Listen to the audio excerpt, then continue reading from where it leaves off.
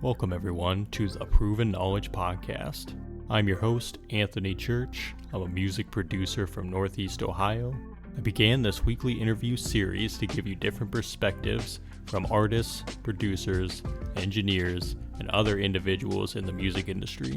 In each episode, we touch on not only what has helped the person succeed, but we also touch on what has shaped them into the person that they are today. I hope you're able to gain some real proven knowledge from the show, and that it helps elevate you on your own journey to success as well. Let's get into it. What's going on, guys? Welcome to episode 255 here on the Proven Knowledge Podcast.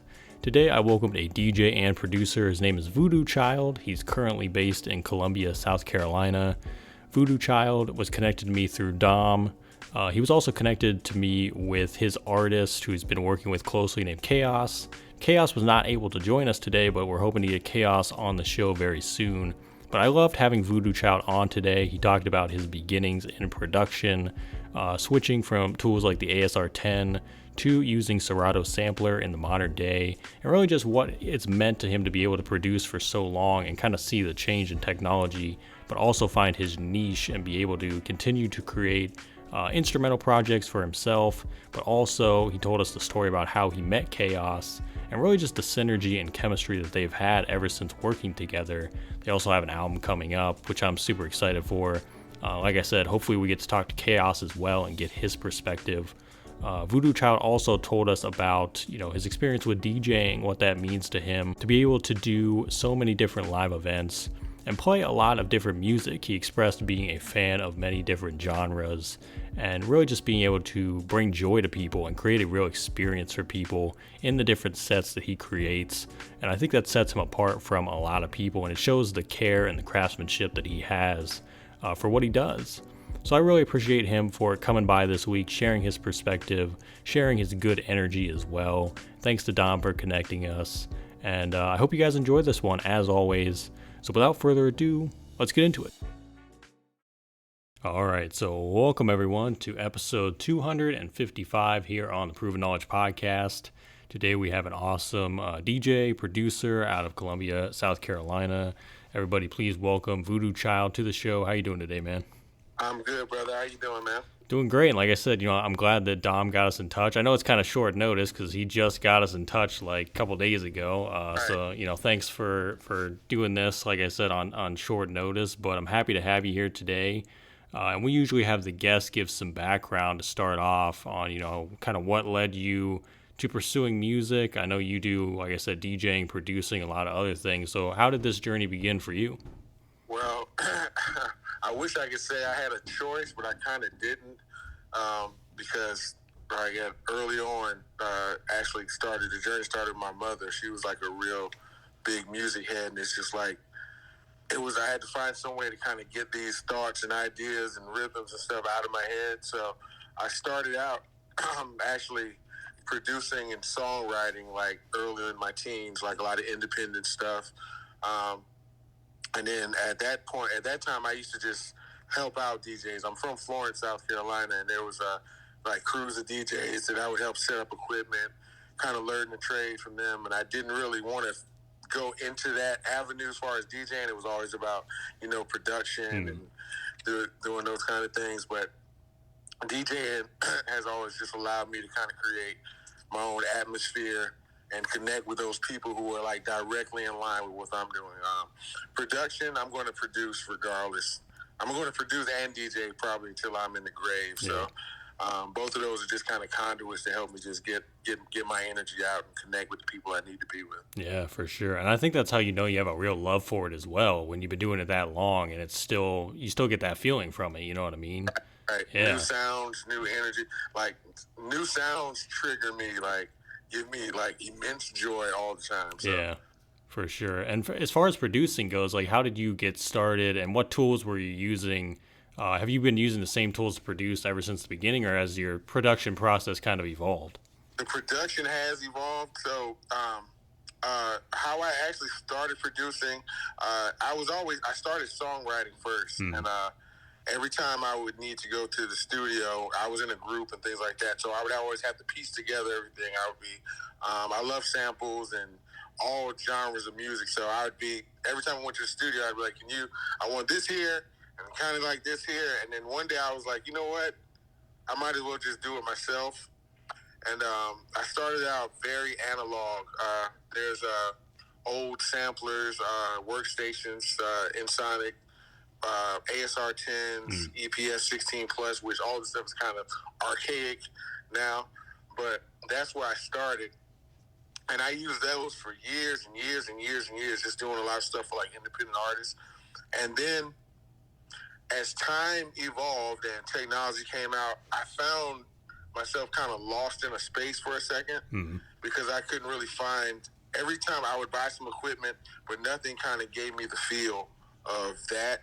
So it wasn't until actually maybe 5-6 years ago, I finally found like some program, Serato DJ, which actually DJ Jazzy Jeff I watched an intro to him, and it would just made my workflow like real easy, simple, computer on the table with a little small keyboard, and I was able to just jump into my workflow very easy. So that's what I've been using since then. Yeah, it's always interesting because like I'm someone that I haven't been producing for that long, so I don't really have experience using a lot of analog technology. But I know a lot of producers that have been doing it for 20 plus years. They have that perspective of the change, like you said, in technology.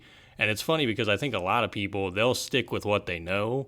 Like you said, the ASR 10, one of my favorite producers, Jake One, he uses the ASR 10. I think he still uses the same thing he's been using for years.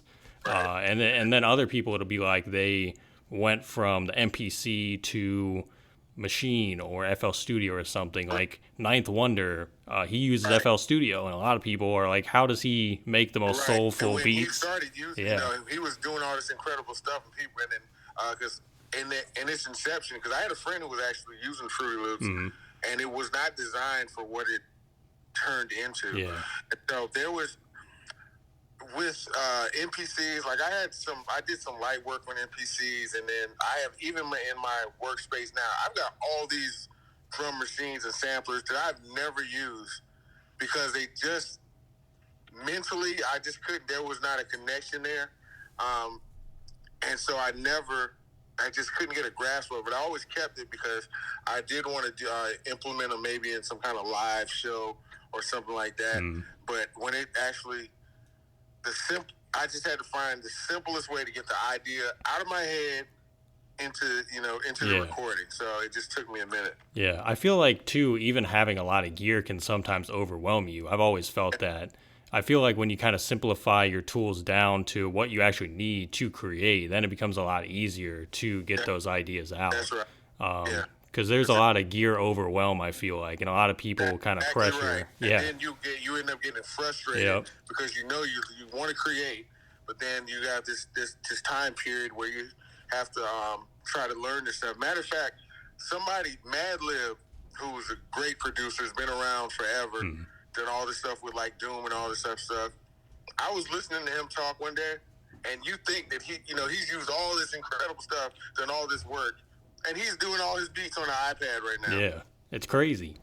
It's crazy. And I was like, when I heard that, I'm like, I might as well just cut the shit. Like, he's just like, fuck all that, the organic and golden age, all this stuff, and he's making beats on an iPad. So I was like, dude, just get to work. Yeah, and once you find what works for you and you start running with it, man, you can't be stopped. That's what I mean? That's exactly what happened. Once I got something that was really comfortable, and I was like, I could just get straight to it. Then everything just started pouring back out again, like it never stopped. Yeah, absolutely. Well, that's great to hear, man, and I'm glad to hear that you found something that is working as well.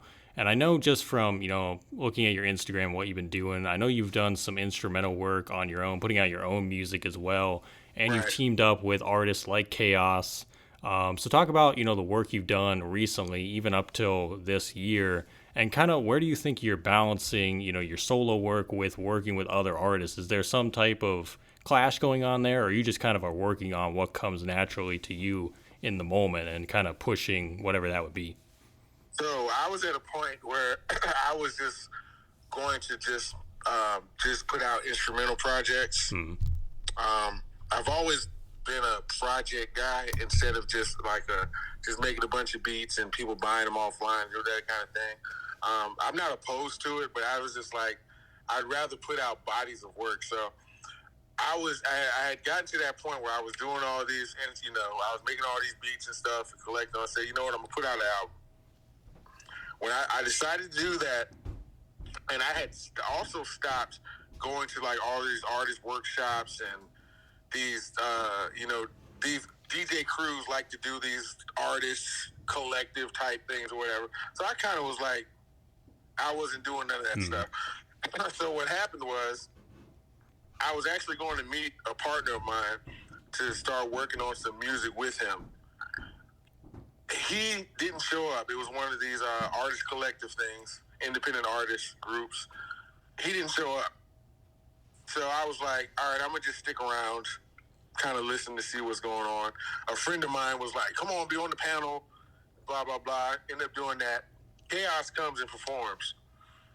Before he even performed, the first thing he said, which actually drew me to him, was, this journey's going to take work. Nothing happens overnight. So when I heard him say that, I already understood that, he gets it. And K.H.A is another generation younger than me, by the way. So he performed, loved what he was doing. I said, you know what, I'm going to link up with this dude. And from that point, we started building this project.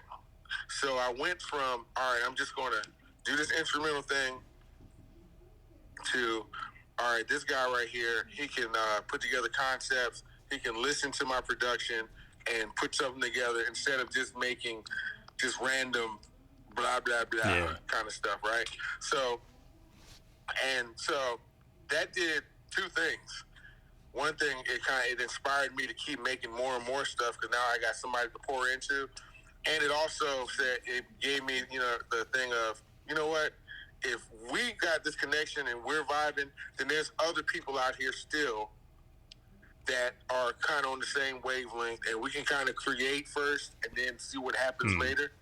And so that made me feel good to have kind of that conduit to like get my music out. So that brought me back to like, all right, now I'm ready to start working with artists. So my main focus right now is getting out this body of work with him, and see where that goes, and then start linking up with other like-minded artists of multiple genres, because I'm a metalhead. I'm into rock, funk, disco.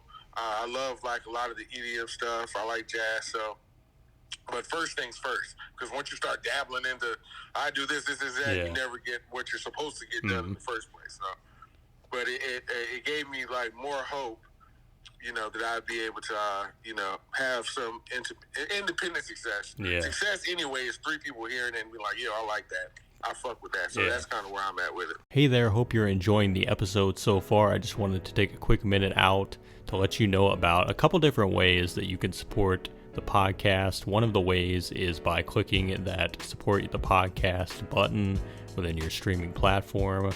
That is if you want to be a monthly supporter of the show.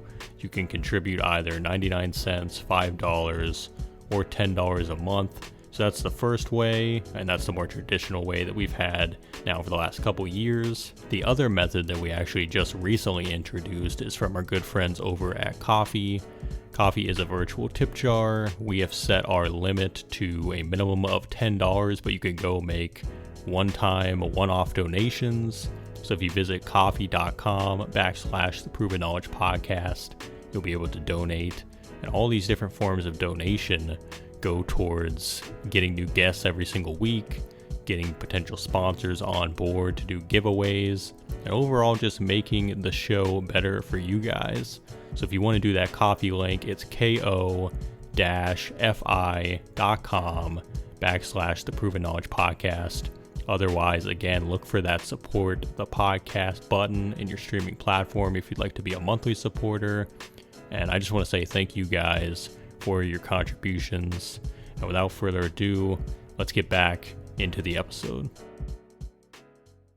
For sure. And I think it goes to show as well that there are so many artists out there that, we have potential to connect with and work with. But I think it's almost about you always have to find the right artist and the right person to work with. Because you can work with anybody, you know what I mean? You could force collaborations here and there. But if it's not organic and, like you said, the energy's not there between the two of you, it's not really going to come out that great anyway. So I think for you and Chaos, you have the synergy, you know what I mean? You have it there already. So it's a lot easier to work with. And like you said, it was almost like you've known him for years because you guys just met and you clicked immediately. Right. We clicked immediately, and he, like I said, he's much younger than me, but he absorbs information very well. He learns, he watches mistakes that have been made previously. Because, I mean, honestly, South Carolina is difficult. You know what I'm saying? Mm-hmm. And especially when you're making the kind of music and kind of sound that we kind of have, it takes a lot of work, but he gets that and he's willing to put in the work. So that's like half the battle right there. Yeah. It's incredible to be able to meet somebody and share the vision in that way as well. And that kind of leads me into discussing the upcoming project and what can you reveal mostly about the sound of the project, but also kind of what can people expect overall from this album? So what you can expect is definitely concepts that are going to reflect where probably both of us are in our lives right now. When I don't produce so far I haven't produced anything where he was like in the room or anything like that. Mm-hmm. So what I like to do is I create something, give it to him, and kind of see where he connects spiritually and emotionally with it, and let him run with it. And if you're listening to this album, this project, you're going to see like kind of the nuts and bolts of an artist trying to make it while living life, kind of thing. You know what I'm saying? It's like subject matter about bills, about dealing with your relationship, trying to do this, about getting frustrated. Like the word organic gets abused and overused a lot, but it is really an organic, evolving, where am I at right now in my life kind of project. And again, you have to remember, I'm not going to reveal my age, but Chaos is old enough to be my freaking son. So part of this project with me, because sonically, I just want to stay in kind of the background type of deal, but it's also showing, that the two different generations can connect and create like a really good project. And also, hey, there's part of me still proving the point, like, I still got it. You know what I'm saying? It's like it doesn't go anywhere as far as production wise and sound and stuff like that. Because I started hearing stuff that people were putting out.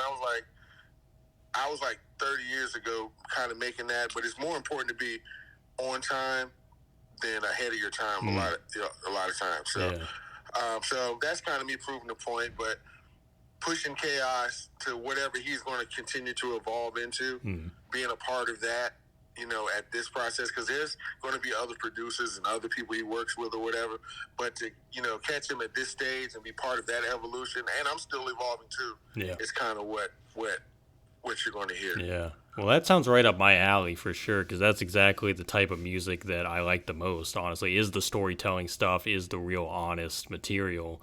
So I'm definitely excited for it when it drops. I'll be on the lookout. And I'm sure, like I said, when Chaos comes on this show in the next few months, I'll get his perspective as well on it, from the lyrical side and from what he was going through during the whole process. And by then, the album might be out too, so he might be able to tell me more about it. But I think it's good to get the different perspectives. And I'm glad for you that it's been, such a great process as well, and that you've learned a lot being able to work with him. So I'm definitely...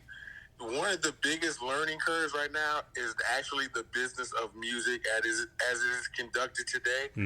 That is a huge thing for me to learn. Even like making sure like I'm on great podcasts like this, dealing with people that actually know how to manage and navigate today's realm because as much as I try to keep up or try to be like up on stuff, tomorrow something else is different. Yep. And like that, and so I am still I'm still holding on to the old, you make a project, you market, you do a CD and all that kind of stuff. So part of that is going to still remain there, but it's also a beautiful journey when you have to admit what you don't know. Yeah. No matter how old you are. And you have to get people that are involved that know what you don't know and listen to them. Exactly. And it is ever evolving too. Like you said, I think it's almost moving faster every single day that we move forward. So it really is just about keeping up and being able to do it in your own way too is a big thing. Right. And finding like where you fit in that whole thing. But yeah, man, like I said, I'm glad to hear that, you're able to learn those new things and kind of adapt in that way.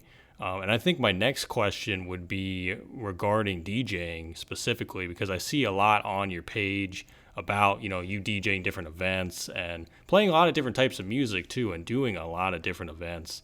And I personally like seeing all the dances that I've seen on those videos from different individuals as well. That definitely made me smile. So tell me, about that experience of being able to DJ at different, weddings, corporate events, all that sort of thing. And does that kind of, serve as almost an escape for you as well, to be able to do things like that outside of just producing and working on your own stuff? Or, how do you view it now? Without question, that is my escape. And the reason why, if you notice on my videos, I rarely show myself. Yeah. I will always show the other people. I show other people. I show my turntable first so that people know that this is actively happening. And then I show people having fun, enjoying life, releasing, because that's really what it's all about. Like, music is an escape. Music is a spiritual thing. That's the reason why songs are sung in church and have hymns, and people with Alzheimer's and all these kind of things. Music, they often remember songs and they're able to sing. It is a spiritual connection between everybody. And so my thing is, because I am a lover of all genres, I'm not hypocritical. Like, I love rock, I love hip-hop, I love funk and blues, and there's a common thread that goes through all of those genres. So when I'm out playing, you're going to hear all of that, and I'm trying to find that space to weave and connect all of those things together, so that somebody who absolutely hates rock, but they love hip-hop, so I need to find a way to make those things work so that something connects with them. Somebody might, I'm often described as the DJ for people who hate DJs. Especially by people that prefer a band or things of that nature, which I play with a lot of bands and things. So, yes, it is an escape. It's a real experience. I lose myself in what I'm doing at the moment. Because there's a lot of things that everybody's a DJ, everybody's a podcaster, everybody's a rapper, everybody's an engineer. So the difference is, when there are DJs that I look up to, that I love for many different reasons, when I look at them, I never felt like I'd be amazed by what they're doing. It was never a thing like, oh, I can do that tomorrow. Yeah. I'm looking at like Mixmaster Mike, like, this dude is incredible. Hubert is incredible. Jazzy Jeff, like, the things they're doing are incredible, and it's an art form. So that's the feeling that I want to leave, people with when I'm playing. So yeah. So to answer your question, is it release? Yes. Yeah. Without question. And I think that's an example of providing a real experience for people as well. Right. Which I think is something that they will remember. Because like you said, it's almost like, people could hire somebody, let's say for a wedding, right? They might not even want anything super crazy, or if they get somebody that just presses play on their computer or their iPod or whatever, they'll be satisfied with that. But I feel like if someone like you comes in who actually cares about the art form, who actually puts together a great performance and wants to see the reaction from people and, like you said, create a joyful experience, they're going to remember that a lot more. You know what I mean? And then they're going to refer you to the next person, the next person, the next person. And it just goes to show the level of craftsmanship that you have for it as well. And that's, I'm not for everybody. The people that book me, they're booking me specifically because they want me to do what I'm doing and for them in their moment. Yeah, exactly. And I think that's the type of people you have to be, seeking out as well, is the big thing. So I think that's great, man. And like I said, I think it's a great thing that it is, just another way for you to enjoy the music as well, and be able to have that. So I think that's incredible, man. And is there anything that's coming up? It could be event-wise. Like you said, the album with K.H.A.O is obviously coming up. Is there anything else that you have going on personally that you want to let people know about? Well, mostly first of all, if anybody's in the area of Columbia and they're familiar with Soda City Marketplace, if you just need some release and you want to be around a lot of different people, a lot of different cultures, and kind of use my music to like bind all of you together, you can catch me Saturday mornings. Soda City is every Saturday morning all throughout the year from 9 to 1. I'm down there playing every Saturday unless I'm like booked something too close to that time frame. Everything else is there's a spot in Myrtle Beach called Suck Bang Blow. I'll be playing there all week long during Harley Week. If you can tell by the name of the place, it's a humongous biker bar. It's like a whole different environment. Yeah. But I'm playing down there with Yellow Wolf and Tech Nine. Nice. Coming up in May. May 10th, I believe. Whatever that week of Harley Week. So those are I'm looking forward to that because Yellow Wolf puts on a hell of a show. And his DJ, DJ Clever, is one of the best DJs on the planet. And he's a live performance monster. So that's kind of what I got coming up. Everything else, you can kind of see my social media. I have a House of Blues date coming up again, but I'm not sure when that is. Awesome. So a lot of exciting things lined up for the summertime, for sure. Yeah, it's going to be crazy. And I know you'll probably be doing a lot more events in the summertime as well. So I can imagine. Pretty busy schedule. Yeah. But yeah, man, that's very exciting stuff. And we're down to the last few questions here, and these are ones I ask on every single episode. They're more life-related ones. And the first one is, if you could go back 10 years ago and give yourself any piece of advice at all, or maybe not change anything at all, what do you think you would do? I would tell myself never lose the ability to keep networking. Networking and absorbing information is key, and linking up with somebody who is honestly that's legitimately doing what you're doing and where you're trying to go, and absorb all information without any ego. Not saying I didn't have an ego as far as learning, but I always shied away from, I was really independent, didn't want to ride coattails and things like that.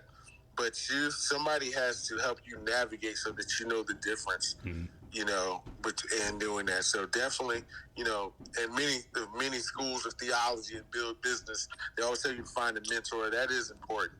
But stay true to your course and definitely don't quit. But Yeah, I love that. And it's kind of like what we talked about earlier, where it keeps evolving as well over time. So, yeah. And balance is key. Mm-hmm. Balance in life, balancing your artist life and family life and things like that, not being too one-sided. Balance is key. Yeah, absolutely. And if we flip that then and we say 10 years from now, where do you think you envision yourself musically and in life in general? Musically, as far as DJing, I will be still doing what I'm doing as far as that. But I hope, not hope, what I'm doing and what me and K.H.A.O are doing is all part of a bigger picture too. There's many filmmakers coming out of our region, independent film and things like that. I would hope to have a lot of music in film and or commercial. But my big thing is stage. stage production, actually me as a conductor, as a DJ, putting on those kind of live stage performances, with like money and proceeds going towards causes like Alzheimer's and cancer, things of that nature, and putting on just real productions, like just a set musicals and things like that. So and I hope that's in the not too distant future. The same way you would say maybe like a crazy mixtape from a DJ, but with performances, people doing poetry pieces, acting out pieces, dancing, and me with my DJ set as the conductor, orchestrating all of that. So that's kind of that's where I want to be. Awesome. Well, that sounds incredible, man. So I definitely wish you luck on that, because I think that'll be awesome to see that come to fruition in due time. So that's incredible. And do you have any final words of wisdom today for the listeners before we get out of here? Everything that you need is already put in you by the Creator. No matter what, that voice that tells you and directs you, that says this is a good idea, or man, I just got such a good feeling. Don't allow any kind of negative energy or forces, which usually is yourself, to talk you out of doing what you're supposed to do. That initial feeling, that gut feeling, is always right. Yeah. Now, you may have to find out a way to make it true, which is the work, but don't kill that. Just water it, nurture it, and it has no choice but to happen. Yeah. 100%, man. I think that's what you got to do. You just got to keep running with what you feel. Just go off the feeling. Man, 100%. Well, I got to say again, man, thanks for stopping by today on, like I said, only a couple days notice, but I think this was a really cool convo, and I'm excited for, the album with K.H.A.O and really just everything you got going. I know we're connected now on Instagram, so I'll be keeping up with what you got coming up, and anytime you want to stop by again, man, let me know. We're definitely glad to have you back on, but thanks for stopping by today. Thank you, man. You keep up the good work, dude. Thanks, guys, for listening today. That was episode 255. We'll be back this time next week. As always, hit that support button on your podcast streaming platform if you'd like to send any funds. And feel free to leave us that 5-star rating if you enjoyed today's episode. And as always, tune in every Tuesday night, 6 p.m. Eastern Time on twitch.tv/AnthonyChurch24 for more exclusive and in-depth content. But until next week, we'll see you then. Thanks again for listening.